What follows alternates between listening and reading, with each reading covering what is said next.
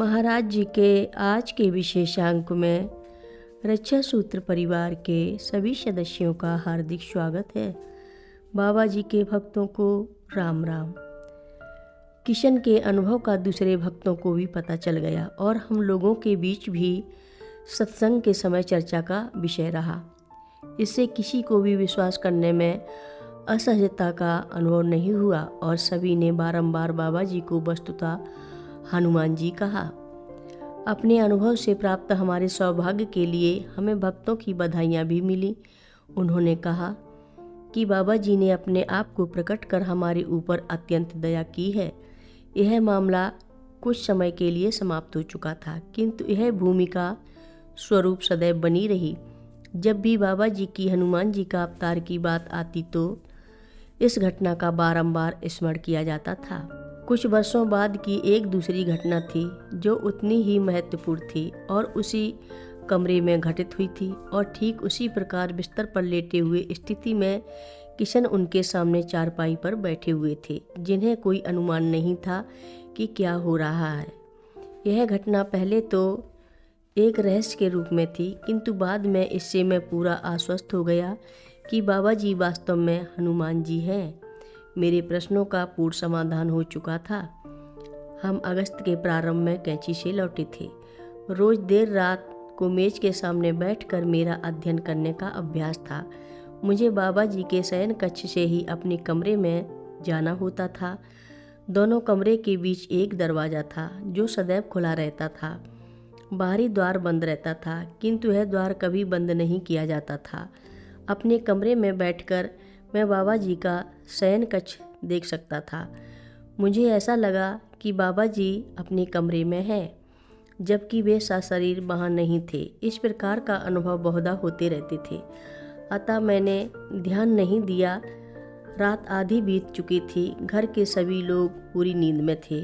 इसी समय मैं सोने जा रहा था और यह मेरा नियम था कि सोने जाने से पहले मैं बाबा जी के बिस्तर पर अपना सिर रखकर चारपाई के पांव को छूता था, जैसे मैं बाबा जी के चरणों को स्पर्श किया करता था। मैं यह कार्य अवश्य करता था, चाहे जितनी भी देर हो चुकी हो अथवा मैं कितना भी व्यस्त रहा हूँ। एक दिन चारपाई के पांव को छूते हुए मेरा हाथ किसी खरोच और गड़े पर पड़ गया। मुझे इस प्रकार का अनुभव कभी भी नहीं हुआ था। यद्यपि मुझे यह करते हुए 10 वर्ष बीत चुके थे। मेरे मन में विचार आया कि जैसे कोई घाव रिस रहा हो। मैं चारपाई के पाए को बाबा जी के चरण समझकर स्पर्श करता रहा था। इसलिए मुझे लगा कि इसका यह अर्थ है कि बाबा जी के चरण में भी कोई घाव हो चुका था। समस्या यह थी कि अभी केवल 2 सप्ताह पहले ही मैं बाबा जी के साथ था। उस समय उनके पैरों में घाव होने के कोई लक्षण नहीं थे और ना तो इस अवस्था में घाव का आ जाना ही समझ में आ रहा था। मेरे मन में द्वंद्व प्रारंभ हो चुका था। यह मेरी आस्था और विश्वास के लिए चुनौती थी। मेरा विश्वास था कि चारपाई के पाए ही बाबा जी के चरण थे।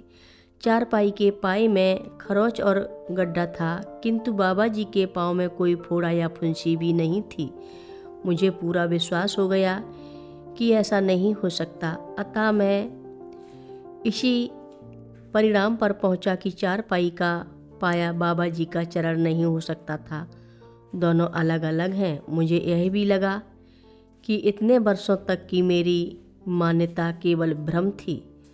मेरी यह गलती थी कि मैं दोनों को एक ही चीज़ समझता रहा। मेरी श्रद्धा और कार्य व्यर्थ थे। कथा लंबी है। आगे की कथा सभी भक्तों को अगले भाग में सुनाएंगे। हर रोज़ महाराज जी की कथाएं सुनने के लिए सभी भक्तों का धन्यवाद। सभी भक्त रक्षा सूत्र चैनल को सब्सक्राइब करें, शेयर करें और लाइक करें। घंटी बजाना ना भूलें। कमेंट बॉक्स में लिख भेजें, जय नीव करोरी बाबा जी महाराज। सभी भक्त मिलकर बोलो, नीव करोरी बाबा जी महाराज की जय जय बोलो। सिद्धि माता की जय जय बोलो। जय श्री राम बोलो।